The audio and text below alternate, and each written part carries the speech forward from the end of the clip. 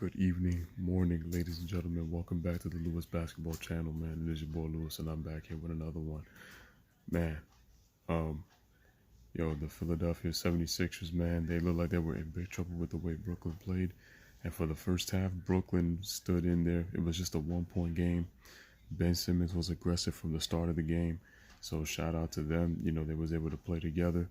And they was able to come out with the win against Brooklyn.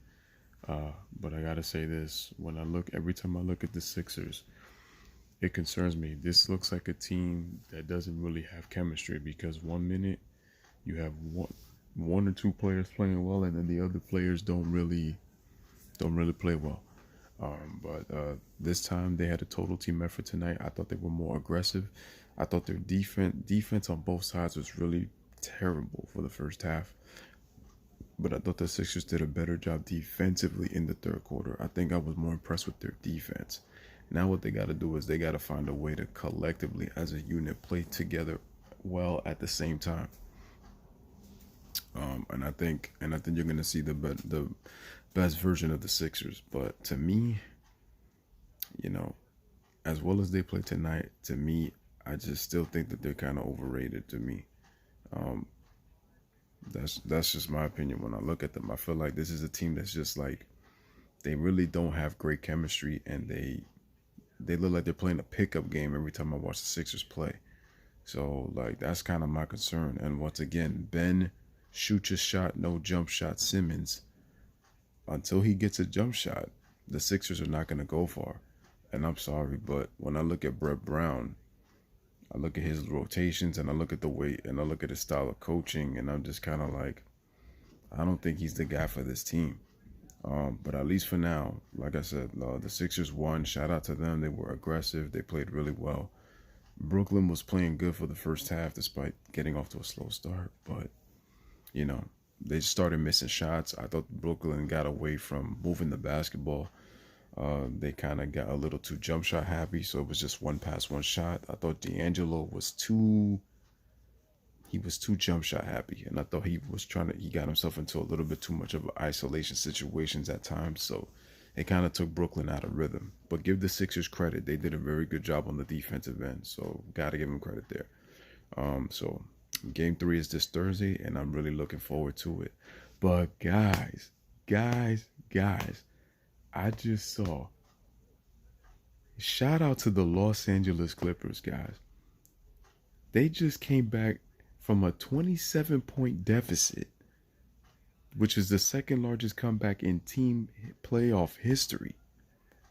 And they stunned the Golden State Warriors 135-131 behind Lou Williams' 36 points and 11 assists on 13 of 22 from the field.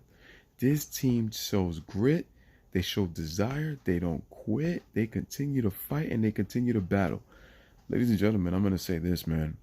I hope DeMarcus Cousins is okay, but judging by that injury, it looks like he's tore his quad, and that has to be concerning if you're the Golden State Warriors, because the post play that you were having in terms of your insurance just went out the window if DeMarcus Cousins somehow is not able to come back for the rest of these playoffs.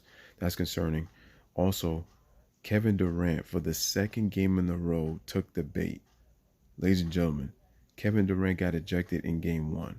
Now, we could talk about the refs, kind of took away what was, the game in terms of like Pat Beverly and Kevin going back and forth. It's just basketball, which I agree.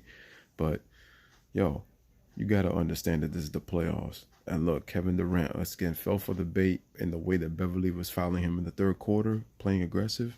Kevin Durant got 6 fouls, took him out of the game. But they were coming back even with Kevin Durant getting these fouls and while he was in the game. And to me, the Warriors just lacked a lot of focus. They lacked a lot of focus. You could just see it in their play. The Clippers came back. They got aggressive. They sensed the Warriors with a little bit of a meltdown, a little bit of a hangover, and they took advantage of them. Give the Clippers a ton of credit. And if you're the Golden State Warriors, hopefully this is a wake-up call, but I think this is a sign of things to come in this postseason.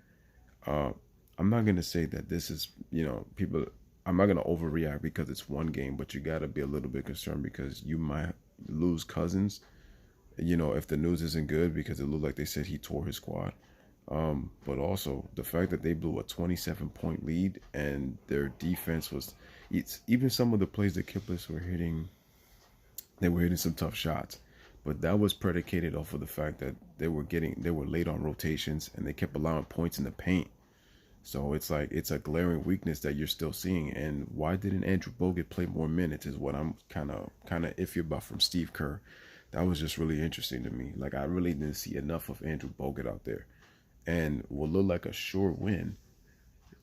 Then the Warriors just allow these crazy amount of points, and because remember, guys, at one point in the third quarter, they had a 23-point lead at the half, and then the Warriors scored. They hit their first 9 shots of the third quarter, but the Clippers were slowly chipping away, slowly chipping away. It was at one point that the Warriors went almost 5 minutes without a field goal. They were getting to the free throw line. And look, the Warriors lost this game attempting, what was it, about 15 to 17 more free throws? But and you can see the Warriors were starting to press. They were playing not to lose rather than playing to win. And you could see it. And Curry missed, he hit a big shot, but Curry missed, I believe, 4 of his last 5 shots. And some of the shots that the Warriors had were they just weren't good, and they didn't knock them down. So this is a bad taste, and if you could see the passion in Steve Ballmer, man, I was happy for him. And this is what the playoffs are about, man. The drama, man. Look at that, man. The playoffs have been lit so far. I know we had a blowout.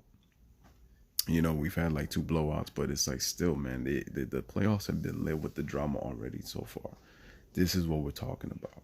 Like, I'm glad that we're seeing playoff basketball so far starting to come back, man. This is great. It just creates more drama, more excitement. But yeah, guys, so let me know what you guys think of this game, though. Like, it was pretty crazy. Let me know what you guys think of both games, man. As always, man, bless up, one love, peace. Thanks for watching. The Warriors have to be concerned, though.